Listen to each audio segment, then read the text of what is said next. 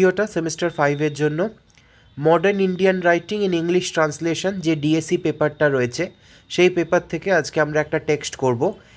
এই কবিতাটার নাম হচ্ছে দ্য ভয়েড এবং লেখক হচ্ছেন জি.এম. মুক্তিবোধ। কবিতাটা শুরু করবার আগে লেখক সম্বন্ধে একটু পরিচয় জেনে নেওয়া দরকার। জি.এম. মুক্তিবোধ বা তার পুরো নাম হচ্ছে গজানন মাধব মুক্তিবোধ। ইনি হিন্দি সাহিত্যের একজন অত্যন্ত জনপ্রিয় লেখক। ইনি কবিতা লিখেছেন, তার সঙ্গে সঙ্গে ছোট গল্প এবং প্রবন্ধ রচনা করেছেন এবং ইনি একজন বিশিষ্ট সাংবাদিক হিসাবে অনেকগুলি খবরের কাগজের এডিটিং করেছেন। তার সাথে সাথে ইনি রাজনৈতিক বিশ্লেষক হিসাবেও কিন্তু তার অবদান দিয়ে গেছেন। তাই হিন্দি সাহিত্যের ক্ষেত্রে ইনি একজন অত্যন্ত গুরুত্বপূর্ণ লেখক। এনার লেখা শূন্য কবিতাটাকে ইংলিশে অনুবাদ করা হয়েছে এবং আমাদের সিলেবাসে এইটা ভয়েড হিসাবে দেওয়া হয়েছে। তো ভয়েড নামটা থেকে আমরা বুঝতে পারছি ভয়েড মানে হচ্ছে শূন্য, এবং জি.এম. মুক্তিবোধের মতে প্রত্যেক মানুষের ভেতরেই একটা শূন্যতা রয়েছে এবং সেই শূন্যতাটা মানুষকে একটা সাধারণ জীবন যাপন করতে দেয় না, বরং মানুষকে হিংস্র করে তোলে। কিভাবে করে তোলে সেই শূন্যতাটা, সেটাই এই কবিতাটাতে ব্যাখ্যা করে বলেছেন উনি ভয়েডে। আমরা যেমন যেমন কবিতাটা পড়ব তেমন তেমন বাকি যে থিমস বা বাকি যে ইস্যুসগুলো আসবে সেগুলোকে ডিসকাস করব। The void inside us has jaws. These jaws have carnivorous teeth. Those teeth will chew you up. Those teeth will chew up everyone else. কবি বলছেন যে আমাদের প্রত্যেকের মধ্যেই একটা শূন্যতা আছে। আমরা বলি না অনেক সময় কথাতে যে খালি মাথা শয়তানের ঘর, মানে যখন তুমি কোনো কাজ করছো না, যখন তুমি ব্যস্ত নেই, তখন তোমার মাথায় নানা রকমের খারাপ খারাপ চিন্তা উঠে আসে। তো মাথা যখনই খালি থাকে বা মানুষ যখন খালি বসে থাকে, তার কাছে কোনো কাজ থাকে না, সে তখন কোনো পজিটিভভাবে এমপ্লয়েড নয়, তখনই কিন্তু সে তার নিজের ক্ষমতাটাকে, চিন্তা করার ক্ষমতাটাকে ভুলভাল দিকে চালিত করবার চেষ্টা করে। তো সেই শূন্যতাটা কতটা ডেঞ্জারাস সেইটা আমাদের কবি বোঝাবার চেষ্টা করছেন। উনি বলছেন যে the void inside us has joys. উনি ভয়েডটাকে, এই শূন্যতাটাকে একটা রাক্ষসের সঙ্গে কম্পেয়ার করছে এবং বলছেন যে আমাদের প্রত্যেকের ভেতরে এই রাক্ষসটা রয়েছে যার নাম শূন্যতা, এবং এই রাক্ষসের জজ আছে, মানে জাবড়াতে দাঁত আছে। কীরকম ধরনের দাঁত? দোজ জজ হ্যাভ কার্নিভোরাস টিথ। এদের এই যে রাক্ষসটা আমাদের ভেতরে আছে, এই দৈত্যটা যে আমাদের ভেতরে আছে, তার জাবড়ায় মাংসাশী দাঁত আছে। আচ্ছা, যে পশুরা মাংসাশী নয়, নিরামিষাশী, সেই পশুরা কিন্তু তাদের দাঁত এতটা ধারালো হয় না, কারণ তারা বেশিরভাগ গাছপাতা চেবায়, সেই জন্য তাদের দাঁত খুব বেশি ধারালো হয় না। কিন্তু যে পশুরা মাংসাশী, যারা শুধুই মাংস খেয়ে থাকে, যেমন ধরো বাঘ, এদের কিন্তু দাঁত ভীষণ শার্প হয়। তো কবি বলতে চাইছেন যে শূন্যতাটা যে রাক্ষস রূপে আমাদের ভেতরে বাস করছে, তার দাঁত রয়েছে এবং কোনো সাধারণ দাঁত নয়, এটা একটা অত্যন্ত ধারালো হিংস্র দাঁত। এই দাঁত দিয়ে সে কী করে? Those teeth will chew you up. এই শূন্যতাটা তার দাঁত দিয়ে আমাদেরকে ভেতর থেকে চিবিয়ে চিবিয়ে খেয়ে ফেলে। Those teeth will chew everyone else. এবং আমাদের আশপাশে যে মানুষগুলো রয়েছে, যাদের সাথে আমাদের সম্পর্ক রয়েছে, যারা আমাদের বন্ধু, যারা আমাদের পরিবারের পরিজন, এদেরকেও কিন্তু আস্তে আস্তে গিলে খায়। The dearth inside is our nature, habitually angry. In the dark hollow inside the jaws there is a pond of blood. Dearth মানেও কিন্তু ভয়েড, একই জিনিস। ডার্থ মানেও শূন্যতা। আমাদের ভেতরে যে শূন্যতাটা রয়েছে সেটা আমাদের স্বভাবে রয়েছে। ইন আওয়ার নেচার মানে সেটা আমাদের কাছে স্বাভাবিক। আমরা প্রত্যেকেই কিন্তু আমাদের প্রত্যেক মানুষের মধ্যেই কিছু পজিটিভ গুণ আছে, কিছু ভালো গুণ আছে এবং কিছু খারাপ গুণ আছে। এবং যখন আমরা দেখি যে কেউ একটা আমার বন্ধু বা কেউ আমার পরিবারের পরিজন আমার থেকে কিছু বেশি পেয়ে গেল, তখনই কিন্তু আমার ভেতরে একটা হিংসের সৃষ্টি হয়। সেই হিংসাটা কেন সৃষ্টি হচ্ছে? কারণ আমার বন্ধুর কাছে যেটা আছে বা আমার পরিবারের পরিজনের কাছে যেটা রয়েছে সেটা আমার কাছে নেই, এবং সেই না পাওয়াটা, সেই না থাকাটাই কিন্তু শূন্যতা। এবং এই শূন্যতার কারণেই আমার ভেতরে একটা হিংসে তৈরি হচ্ছে এবং এই হিংসেটা আমাকে ভেতর থেকে কুরে কুরে খাচ্ছে, আবার আমার সাথে যাদের একটা ভালো সম্পর্ক ছিল সেই সম্পর্কগুলোকেও খেয়ে ফেলছে। এটাই কবি বলতে চাইছেন। আর এই শূন্যতাটা সবসময় রেগে থাকে, বলছে হ্যাবিচুয়ালি অ্যাংরি, এটা সবসময় রেগে থাকে, মানে এটা কখনোই হ্যাপি হয় না, এটা কখনোই পজিটিভ হয় না, এটা সবসময় নেগেটিভ থাকে, সবসময় একটা অন্যের প্রতি রাগ। দেখবে যখন মানুষ হিংসা করে, যাকে হিংসা করে তার প্রতি রাগ থাকে। আমরা বাংলা একটা কথা বলি, প্রচলিত কথা আছে যে যাকে দেখতে নারী তার চলন বেঁকা, মানে যাকে আমরা পছন্দ করছি না তার সব কিছুই আমরা ত্রুটি বার করব। তো ঠিক তেমন যাকে আমরা হিংসা করি, যাদের হয়তো আমার থেকে কিছু বেশি আছে এবং সেটা দেখে আমার হিংসা হচ্ছে, আমি কিন্তু সেই ব্যক্তিটাকে বা সেই ব্যক্তির সঙ্গে আশপাশে যারা আছে সবাইকেই আমি নেগেটিভভাবে দেখব, তাদের প্রতি আমার মনে একটা রাগ হবে। তারপরে কি হবে? In the dark hollow inside the জজ there is a pond of blood. আর তারপরে আমার যে সেই ব্যক্তির সাথে একটা সুস্থ সম্পর্ক ছিল, হয়তো সে আমার খুব ভালো বন্ধু ছিল, কিন্তু আজকে হয়তো সে আমার থেকে 10 মার্কস বেশি পেয়ে গেছে বলে আমার মনে এমন হিংসা তৈরি হলো যে আমি সেই বন্ধুটার সাথে আস্তে আস্তে একটা দূরত্ব তৈরি করলাম এবং আমি সর্বতোভাবে চেষ্টা করব সেই বন্ধুটার কোনো একটা ক্ষতি হোক, কারণ সে বেশি নম্বর পেয়ে গেছে, আমি পাইনি। তো সেই জন্য কবি বলছেন যে এই যে শূন্যতাটা সেটা সব সময় রেগে থাকে এবং এর পেটের ভেতরে ভর্তি রক্ত জমে আছে। কেন না, এর তো হিংস্র দাঁত, এবং সেই হিংস্র দাঁত দিয়ে সে মানুষটাকে চিবিয়ে খেয়েছে যার ভেতরে সে রয়েছে, এবং শুধু মানুষটাকে নয়, সেই মানুষটার আশপাশের মানুষগুলোকেও চিবিয়ে খেয়েছে। This void is utterly black. It is barbaric, is naked, disowned, debased, completely self-absorbed. এবার এই অংশটাতে কবি শূন্যতাটাকে ব্যাখ্যা করছে যে এই শূন্যতাটা কেমন, তার স্বভাব চরিত্র কেমন। সবার আগে উনি বলছেন যে দিস ভয়েড, এই শূন্যতাটা হচ্ছে একেবারে মিশ কালো রঙের। কেন কালো? কারণ কালো মানে হচ্ছে অন্ধকার, কালো মানে আমরা সবসময় অ্যাসোসিয়েট করি খারাপের সাথে, কারণ এটা সম্পূর্ণভাবে খারাপ, এর মধ্যে কোনো পজিটিভিটি নেই, তাই জন্য এটা সম্পূর্ণ কালো। তার সাথে সাথে বলছে it is barbaric, it is naked. Barbaric মানে অসভ্য, নেকেড মানে নগ্ন। কেন না, আমরা জামা কাপড়কে কার সাথে কম্পেয়ার করি? সভ্যতার সাথে। একজন সভ্য ব্যক্তি সে ভদ্রভাবে জামা কাপড় পরে রাস্তায় বেরোয়, কিন্তু যে হয়তো সেই সভ্যতাটা জানে না, বোঝে না, সে সেই জামা কাপড়ের ভদ্রতাটাও বোঝে না। তো এই যে রাক্ষসটা আমাদের ভেতরে রয়েছে, শূন্যতারূপী এই যে রাক্ষসটা আমাদের মধ্যে রয়েছে, সেই রাক্ষস সেও কোনো ভদ্রতা বোঝে না, সে অসভ্য, সে অভদ্র, সে আনসিভিলাইজড, এবং সেই জন্য সে নগ্ন। ডিসোন্ড, ডিবেসড, এ এমন একটি ব্যক্তি যাকে কেউ আপন করতে চায় না, তাই জন্য সে ডিসোন্ড। এবং ডিবেসড মানে সবার কাছে সে প্রত্যাখ্যিত, কেউ তাকে আপন করে না বলে সবাই তাকে প্রত্যাখ্যান করে দেয়। কমপ্লিটলি সেলফ অ্যাবজর্বড, এবং আরেকটি এর গুণ হলো যে এ শুধু নিজেকে নিয়ে ভাবে, নিজেকে নিয়ে চিন্তা করে, এ কখনো পরোপকারের কথা ভাবে না। এই দৈত্যটা, এ কখনো লোকের ভালোর কথা ভাবতে পারে না, এ শুধু নিজের খিদেটা মেটানো, নিজের স্বার্থটা পূরণ করার কথা ভাবে।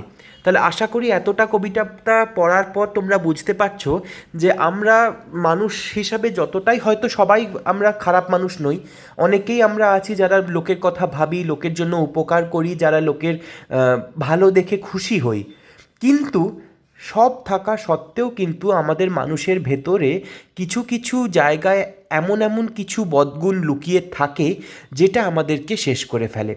তো সেই বদগুণগুলোকেই, যেগুলো মানুষের চরিত্রে রয়েছে, সেগুলোকেই কিন্তু কবি এখানে সেই দৈত্য আকারে দেখাবার চেষ্টা করছে যে এই মানুষটার মধ্যে হয়তো অনেক ভালো কিছু রয়েছে, কিন্তু এই একটা দৈত্য সেই মানুষটার সমস্ত ভালো গুণগুলোকে চিবিয়ে খেয়ে তাকে নষ্ট করে এবং তার আশপাশের সুন্দর জগৎটাকেও নষ্ট করে দেয়। কারুর হয়তো সেটা স্বার্থপরতা হতে পারে, কারুর হয়তো এটা হীনমন্যতা হতে পারে, কারুর অহংকার হতে পারে, কারুর আবার পরশ্রীকাতর হতে পারে, কেউ হয়তো নিজেকে এত বড় মনে করে যে অন্যদেরকে ছোট মনে করে। তো এই ধরনের বিভিন্ন মানুষের কাছে বিভিন্ন রকমের প্রবলেম রয়েছে এবং সেই প্রবলেমগুলোর জন্যই কিন্তু মানুষের ভেতরে এই যে ভয়েড বা এই শূন্যরূপী দৈত্যটা সে জন্ম নেয়। তারপর কবি কি বলছে দেখো, বলছে I scatter it, give it away with fiery words and deeds. এই যে দৈত্যটা সেটা শুধু আমার ভেতরে থেকে যায় না, আমি এটাকে স্ক্যাটার করি মানে ছড়িয়ে দিই। গিভ ইট অ্যাওয়ে, এটা অন্যান্য ব্যক্তিদেরকে হাতে তুলে দিই। কিভাবে দিই? উইথ ফায়ারি ওয়ার্ডস আর ডিডস। যখন ফায়ারি ওয়ার্ডস মানে খারাপ কথা, যখন অন্য লোকের সাথে আমি খারাপ ব্যবহার করি, খারাপ কথা বলি, তখন আমি সেই মানুষটাকেও এই রাক্ষসটাকে দিয়ে দিলাম। মানে এই রাক্ষসটা যেন একটা ছোঁয়াচে রোগ, এটা আমার থেকে আরেকজন, আবার আরেকজন থেকে আরেকজন হয়ে যায়। এটা একটা খুব সুন্দর উদাহরণ দিয়ে আমি বলতে পারি যে একটা গল্প আছে যেখানে একজন বাস কন্ডাক্টর, সে বাসে উঠে তার হয়তো সকালবেলায় কোনো সমস্যা হয়েছিল পরিবারে, তার সেই জন্য তার মুডটা খুব খারাপ ছিল। তো সেই জন্য সবার কাছে যখন সে বাসে ভাড়া নিতে যাচ্ছিল সবাইকে খেঁচাচ্ছিল, হ্যাঁ আপনি 2 টাকার কয়েন দিলেন, এই কয়েন কেন, চলো আপনি নোট দিলেন না কেন। আবার কাউকে বলছে আপনি গোটা নোট দিয়ে দিলেন, আপনি খুচরো দিলেন না কেন। প্রত্যেকটা মানুষ যতজন বাসে ছিল সবার সাথে সে খেঁচ করলো। এবার যে মানুষগুলো হয়তো ঘুম থেকে উঠে একটা ফ্রেশ মাইন্ড নিয়ে অফিসে, স্কুলে, কলেজে যাচ্ছিল, তাদের সকালবেলা একটু খিচখিচ শুনে তাদের মনটাও খারাপ হয়ে গেল। এবার কেউ হয়তো স্কুলে গিয়ে বন্ধুর সাথে খিচখিচ করছে, কেউ হয়তো অফিসে গিয়ে তার সাথে যারা দেখা করতে এসছে তাদের সাথে খিচখিচ করছে। সবার মধ্যে একটা বিষক্রিয়ার মতো এই খারাপ ব্যবহারটা ছড়িয়ে গেল। কিন্তু সেই কন্ডাক্টরটাই যদি নিজের ভেতরের কষ্টটাকে চেপে রেখে সবাইকে হাসি মুখে তার কাজটা করতো, তাহলে হয়তো এই বিষটা ছড়াতো না। তো কবি কিন্তু এই জিনিসটাতেই বলছে যে আমি আমার খারাপ ব্যবহারের মাধ্যমে, আমি আমার দুর্ব্যবহারের মাধ্যমে এই রাক্ষসটাকে আরও ছড়িয়ে দিই। আমার সামনে যে ব্যক্তি আছে তার সাথে আমি যদি দুর্ব্যবহার করি, তাহলে সে একটু হার্ট হবে, আহত হবে, এবং সেও আস্তে আস্তে রেগে গিয়ে অন্য মানুষের সাথে দুর্ব্যবহার করবে। তাই জন্য এই যে রাক্ষসটা, ভয়েড রূপী এই রাক্ষসটা, এটা কারুর একার মনের ভেতর থাকে না, এটা আস্তে আস্তে ছড়িয়ে যায়।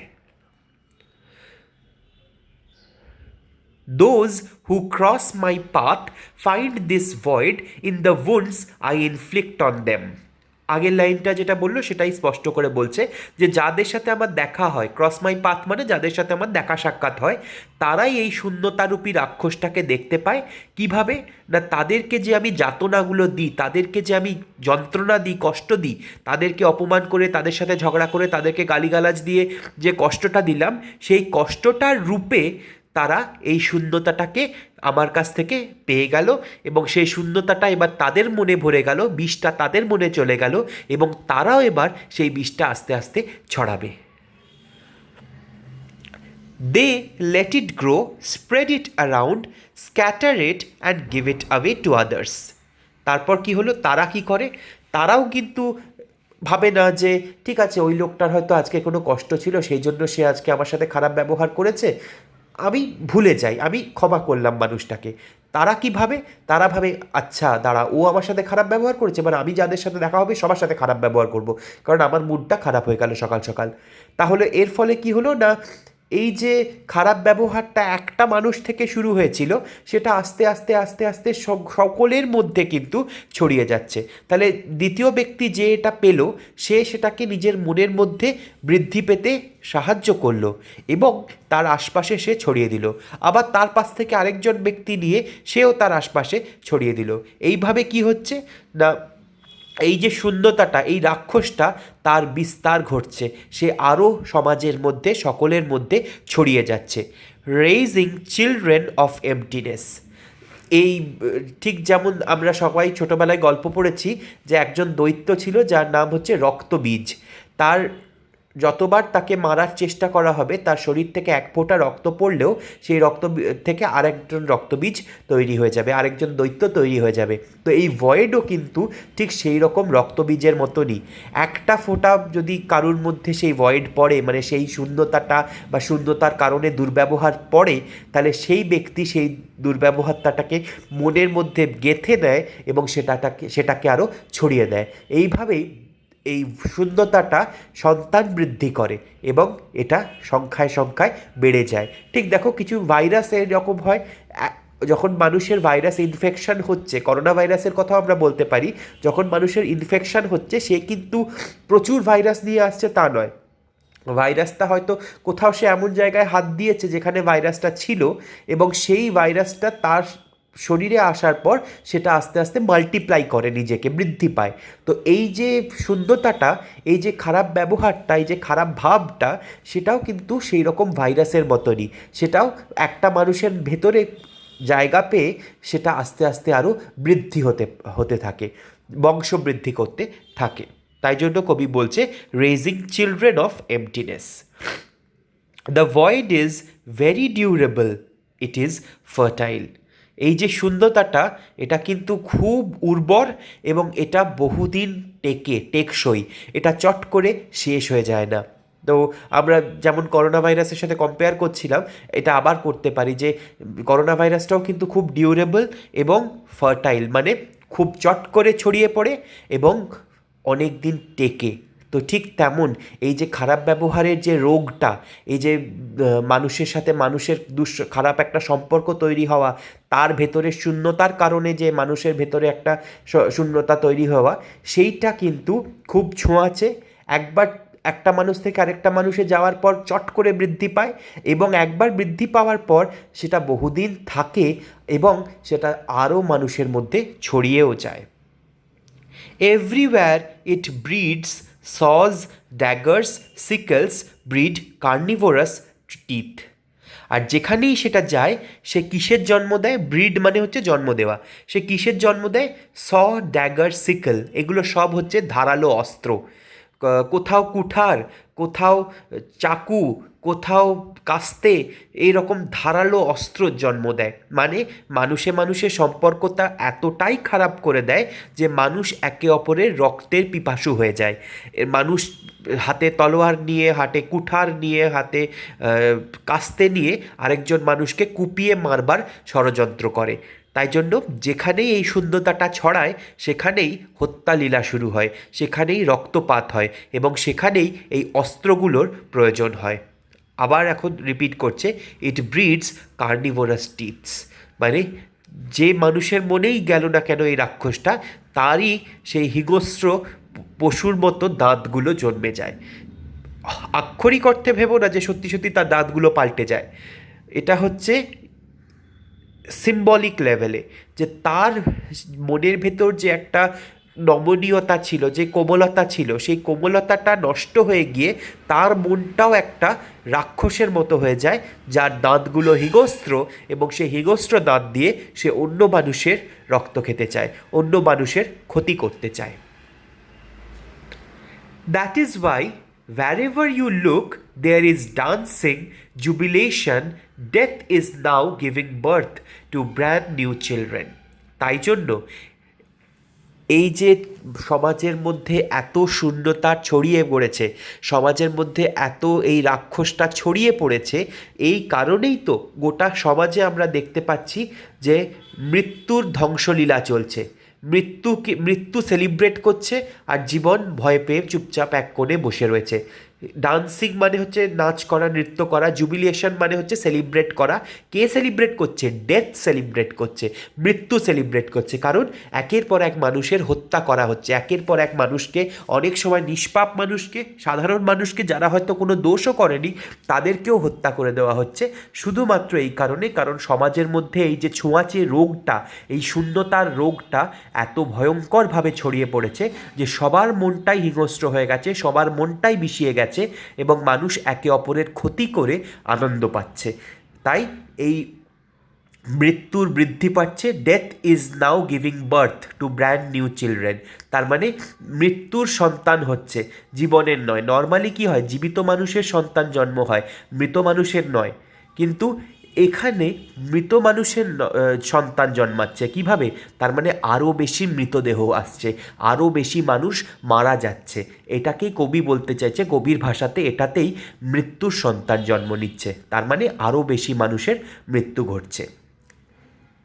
Everywhere there are oversight of the teeth of saws. There are heavily armed mistakes. The world looks at them and walks on rubbing its hand. যেখানেই তোমার চোখ পড়বে সেখানেই তোমার নজর পড়বে যে কুঠারের দাঁতগুলো তোমার দিকে তাকিয়ে আছে তোমাকে শেষ করে দেওয়ার জন্য, তোমাকে মেরে ফেলবার জন্য। আড়ি দেখেছো হয়তো সবাই, কাঠুরেরা ব্যবহার করে, যারা কাঠের কাজ করে, সেই আড়িতে দাঁত থাকে যেটার জন্য কাঠ কাটতে সুবিধা হয়। সেই দাঁতের মতো যে শার্প দাঁতগুলো রয়েছে আড়ির, সেইগুলো যেন চারদিকে তাকিয়ে রয়েছে তোমাকে কাটবার জন্য, তোমাকে শেষ করার জন্য। সবাই যেন যুদ্ধ করবার জন্য প্রস্তুত রয়েছে। সবাই জানে যে তারা ভুল করছে, কিন্তু তাও তারা এতটাই হিংস্র হয়ে গেছে যে তারা নিজেদেরকে আটকাতে পারছে না। আর পৃথিবীর বাকি মানুষেরা কি করছে? বাকি মানুষেরা সব জেনে বুঝে তারা হাত মুছে এগিয়ে যাচ্ছে। মানে তারা এই যে রাক্ষসটা, এটাকে দমন করবার জন্য, এটাকে শেষ করবার জন্য কোনো অ্যাকশান নিচ্ছে না, কোনো স্টেপ নিচ্ছে না। তারা চুপচাপ এগিয়ে যাচ্ছে। আমার তো হয়নি, কারুর অন্য কারুর হয়েছে, পাশের বাড়ির লোকের হয়েছে, হোক গা। যতদিন না আমার বাড়িতে আঁচ আসছে, যতদিন না আমার বাড়িতে কোনো ক্ষতি হচ্ছে, ততদিন অবধি আমি সমাজের কোনো সমস্যা নিয়ে মাথা ঘামাবো না। তাই জন্য হয়েছে হয়েছে সমস্যা, অন্য লোকের হয়েছে, আমি বাবা হাত মুছে এগিয়ে যাই, আমি এসব ব্যাপারে মাথা ঘামাবো না। তাহলে সমাজের সাধারণ মানুষ এটাকে থামাবার কোনো চেষ্টা না করে তারা যে এড়িয়ে চলে যাচ্ছে, সেই জন্যই এই রাক্ষসটা আরও বেশি বৃদ্ধি পাচ্ছে, এবং সেই জন্যই এই রাক্ষসটা আরও এত মানুষের ক্ষতি করে তাদের হত্যা করতে পারছে। এটাই হলো ভয়েডের কনসেপ্ট। তাহলে কবি এখানে শূন্যতাটাকে, মানুষের ভেতরে যে শূন্যতা থাকে, মানুষের ভেতরে যে না পাওয়ার আক্ষেপটা থাকে, মানুষের ভেতরে যে কিছু অ্যাচিভ না করতে পারার দুঃখটা থাকে, সেই শূন্যতাটাকে একটা রাক্ষস হিসাবে দেখাচ্ছে। এই শূন্যতাটা মানুষের মধ্যে থেকে সমস্ত যে ভালো গুণগুলো ছিল সেগুলোকে চিবিয়ে খেয়ে ফেলে, মানুষের সাথে মানুষের সম্পর্ক খারাপ করে দেয়, এবং এটা একটা ছোঁয়াচে রোগের মতো সারা সমাজে ছড়িয়ে পড়ে এবং বৃদ্ধি পায়। আর এটাকে ধ্বংস করতে পারতো যে ভালো মানুষেরা, সেই ভালো মানুষেরা সেটাকে ধ্বংস না করে, সেটাকে শেষ না করে, নির্মূল না করে তারা মুখ ঘুরিয়ে চলে যাচ্ছে যে আমার তো ক্ষতি হয়নি। এই জন্য এই শূন্যতাটা এতটা বৃদ্ধি পাচ্ছে। তাহলে এই হলো ভয়েড কবিতাটা জি এম মুক্তিবোধের।